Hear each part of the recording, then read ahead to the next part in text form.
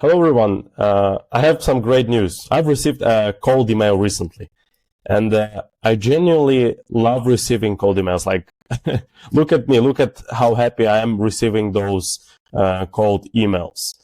However, sometimes there is the issue that they are not actually ideal. I mean, they sound kind of all right, but still there are a lot of things which could be improved.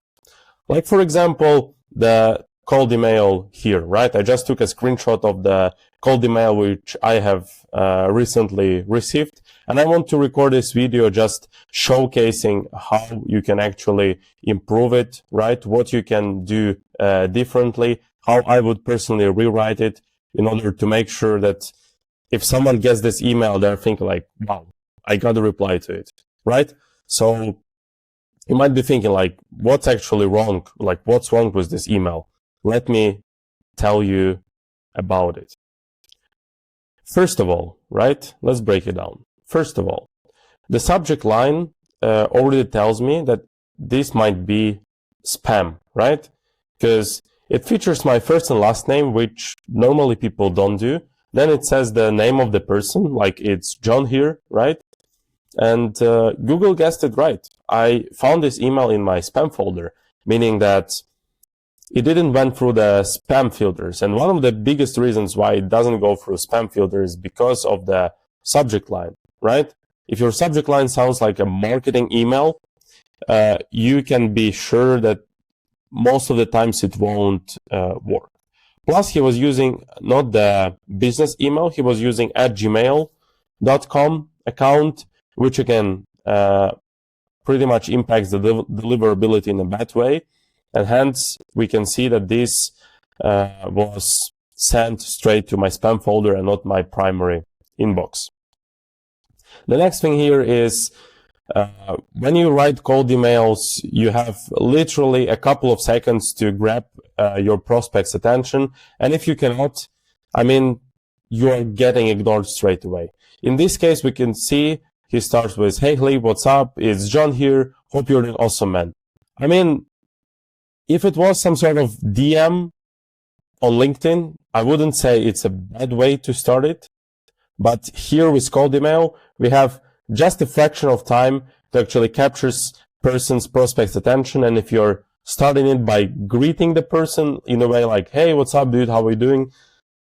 It won't work. Just believe me, it won't work. You know, when you have the emails in your inbox, there is like a preview, like the first 8 to 10 words can be seen without opening the email.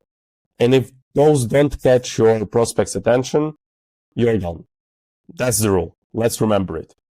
The next thing here is the first line is not actually the worst one. It shows some sort of like observation, right? That he take a look at my YouTube channel. He loves my videos. They're packed with value. I don't mind it, but again, it lacks a bit more context and actually personalization. The better way to do it was maybe to mention the specific video which he liked. Then at least I know he came across my YouTube channel and really watched at least one video, you know?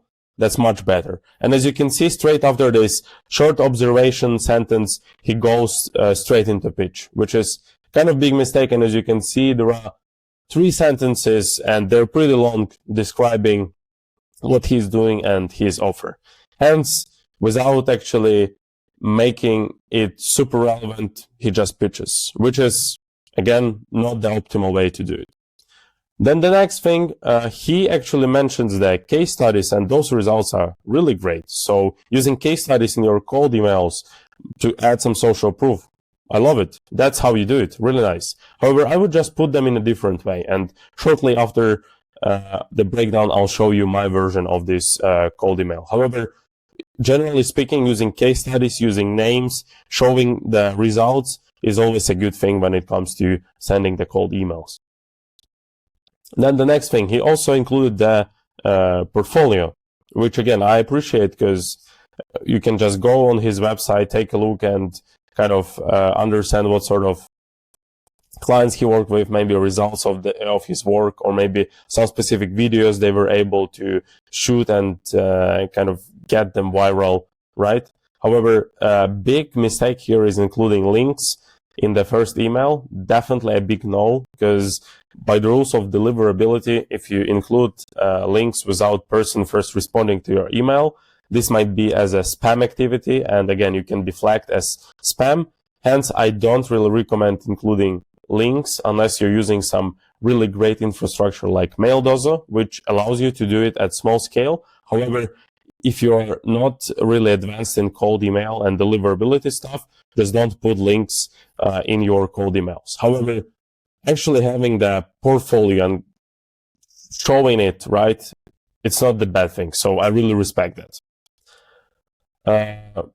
Also, booking link, again, that's not the way to do it, because again, it hurts deliverability very much if you include links in your cold emails, right? A better way to do it is to include a soft call to action where you can ask the person if it's interesting for them. Here, he semi does it, so I cannot say it's like a hard pitch. However, I would say, like, if this resonates with you, do you think we could chat, and just leave it like that? So without actually putting the links, especially the calendar link, in the cold email. So overall, I will rate this email at 5 out of 10, right? It's not actually the worst cold email. We've got like really solid base. I see like why this person was reaching out to me, and I definitely don't try to criticize this person because we've got really solid base and I respect the effort, right? However, we can definitely do better. There is a way we could improve. So let me show you how I would do it.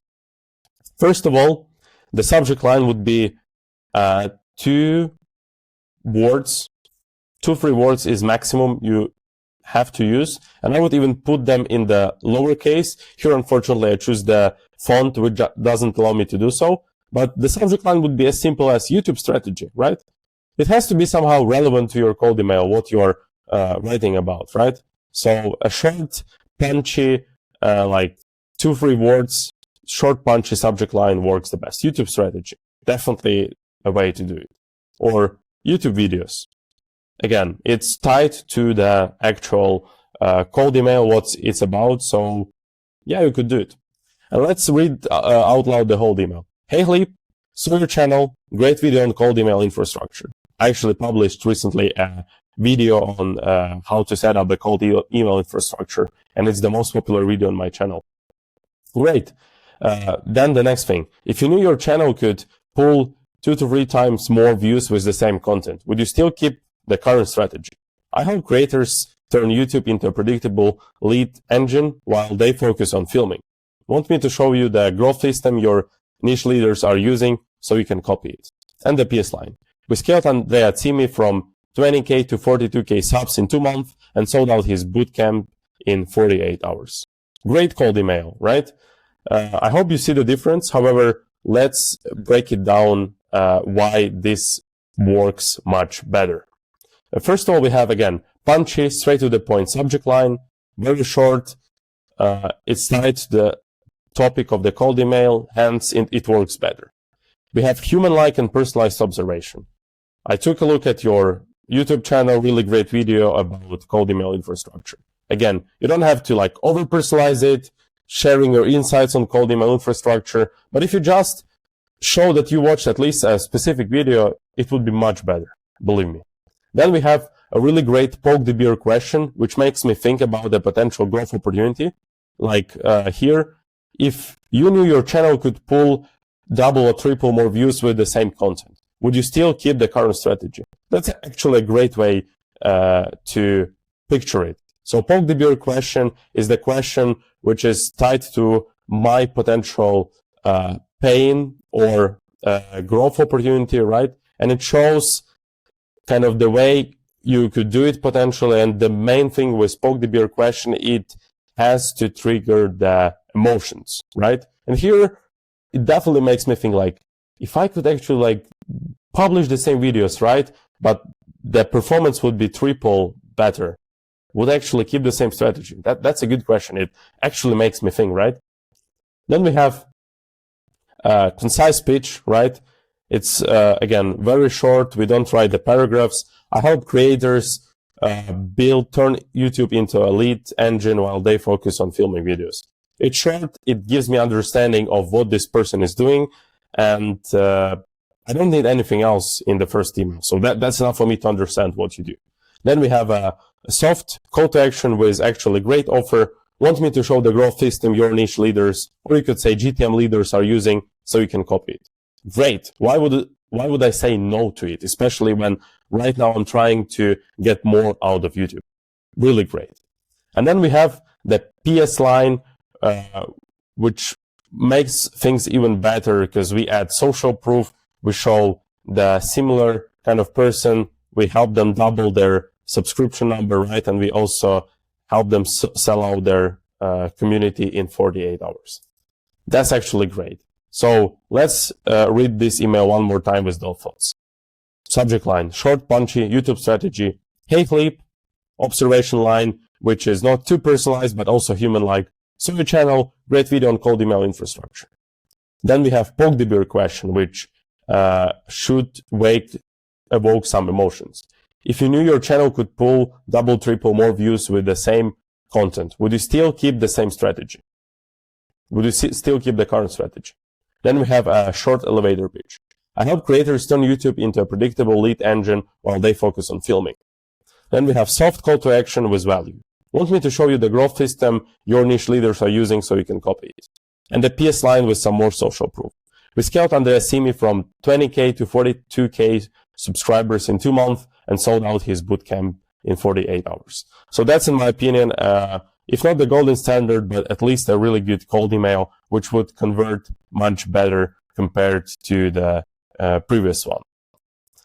Yeah, and I hope this video made sense for you. I hope you now understand more about how to write really great cold emails. So the main point is you can use this framework, which I learned again from my previous CEO at the different company, from Xavier. Shout out to him.